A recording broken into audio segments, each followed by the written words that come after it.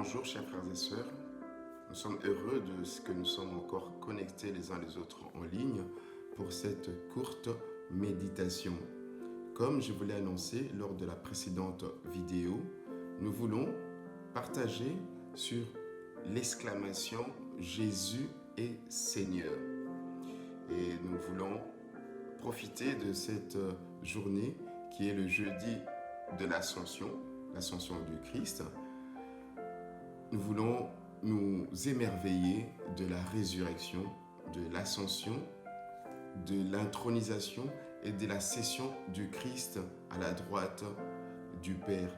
Je vais vous inviter à lire quelques passages avec moi. Avec ces passages, nous allons découvrir la vérité biblique de ce jour. Nous prenons le livre de Romains, chapitre 14, à partir du verset 8 à 9. Prenez vos Bibles, si vous voulez bien, nous allons faire la lecture ensemble, puis nous allons prier ensemble à la fin pour dire au Seigneur ce que nous avons réalisé avec ce moment de méditation. 14 à 8 dit ceci: « Si nous vivons, c'est pour les Seigneurs que nous vivons, et si nous mourons, c'est pour les Seigneurs que nous mourons. Ainsi, soit que nous vivions, soit que nous mourions, nous appartenons au Seigneur. En effet, Christ est mort et il est ressuscité, il est revenu à la vie pour être le Seigneur des morts et des vivants. » Chers frères et sœurs, nous avons lu ces passages et nous découvrons une vérité que l'apôtre fait partager aux Romains, c'est que Jésus, par sa mort et sa résurrection, est directement le Seigneur de ceux qui sont en vie et de ceux qui sont morts. Jésus est Seigneur, nous l'avons vu aussi le jeudi passé dans Philippiens chapitre 2 au verset 6 à 11, où nous voyons que par le fait qu'il a accepté d'obéir à la volonté de Dieu, à la parole de Dieu, en abandonnant, en se vidant, en dépouillant sa condition divine pour prendre notre condition humaine, il a été jusqu'à obéir, à mourir à la croix. De ce fait, Dieu l'a ressuscité d'un mort et il l'a élevé en lui, donnant le titre de Seigneur, c'est-à-dire le titre qui est au-dessus de tout nom, de toute autorité, de toute chose. Jésus est Seigneur parce qu'il nous a rachetés. Là, nous voyons l'œuvre de la rédemption. Mais être Seigneur, ce n'est pas simplement par la rédemption. Nous le voyons déjà lors de la création. Dieu a toujours, bien entendu, été Père et Dieu avant qu'existât le monde. Mais à partir du moment où les créatures sont venues à l'existence, les anges, les hommes, les animaux, tous les êtres vivants, sa seigneurie a commencé à s'exercer. Et ici, nous comprenons que cette double fonction de Seigneur, Jésus l'assume pleinement parce que Dieu l'a voulu ainsi. Et donc, nous en voyons la conséquence dans le livre des Actes des Apôtres où on conditionne le salut par le fait d'accepter Jésus-Christ comme tel.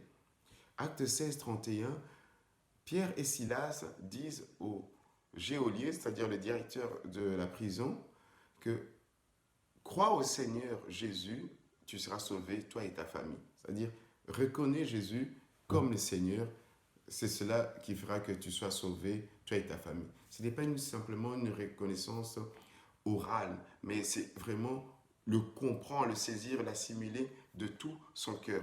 C'est pour cela que nous, les baptisés, ainsi que ceux qui vont prendre les baptêmes, nous avons toujours cette formule lorsque nous passons devant le rite du baptême où on nous demande si nous croyons de tout notre cœur et nous confessons de notre bouche que Jésus est le Seigneur.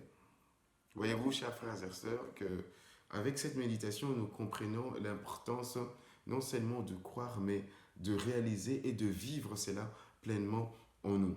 Je me suis toujours posé la question, en lisant les évangiles, pourquoi les démoniaques, c'est-à-dire les personnes qui étaient possédées par les esprits impurs, reconnaissaient Jésus comme le Saint des dieux, le Fils des dieux, le Christ, mais jamais ils ne le reconnaissaient comme Seigneur.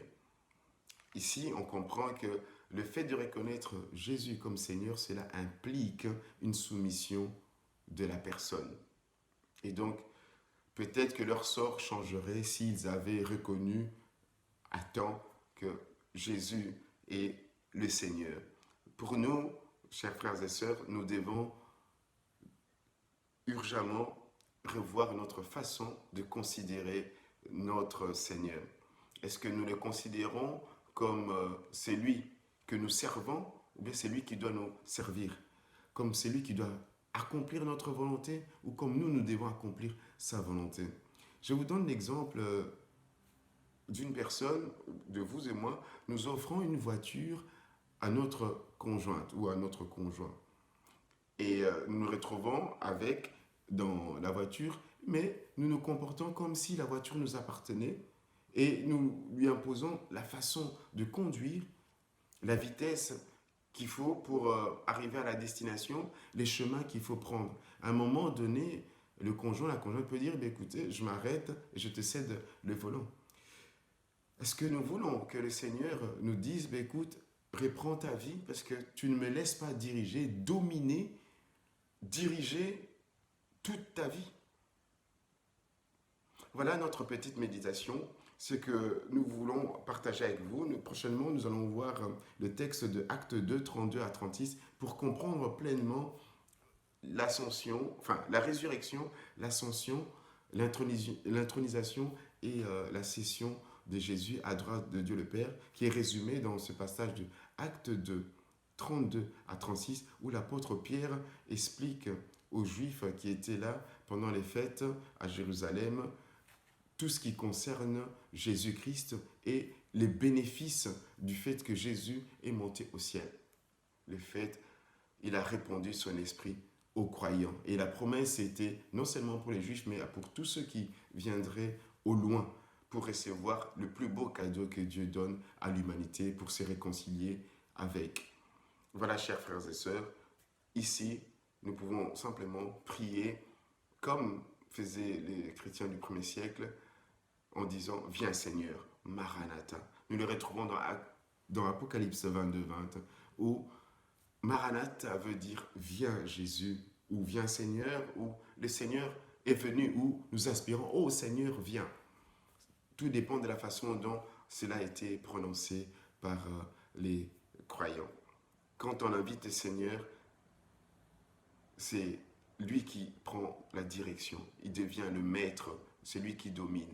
Dans des moments difficiles que nous passons, comme ces moments, ces temps-ci, face à toutes ces situations, à la maladie, à la pandémie, à l'adversité, lui est le seul qui peut nous donner le succès, la réussite et la victoire. Pas le succès, la réussite tel que le monde nous présente, mais selon Dieu. Nous n'avons pas suffisamment d'argent, nous n'avons pas suffisamment d'intelligence ou de sagesse, ni même de force pour faire face à ce qui nous arrive, que ce soit dans notre vie spirituelle, dans notre vie de tous les jours. Et nous avons besoin de quelqu'un qui est le maître de toutes choses, l'Éternel, le Dieu qui s'est manifesté à Moïse et qui a dit à Moïse, tu diras à mon peuple, je suis celui qui suis.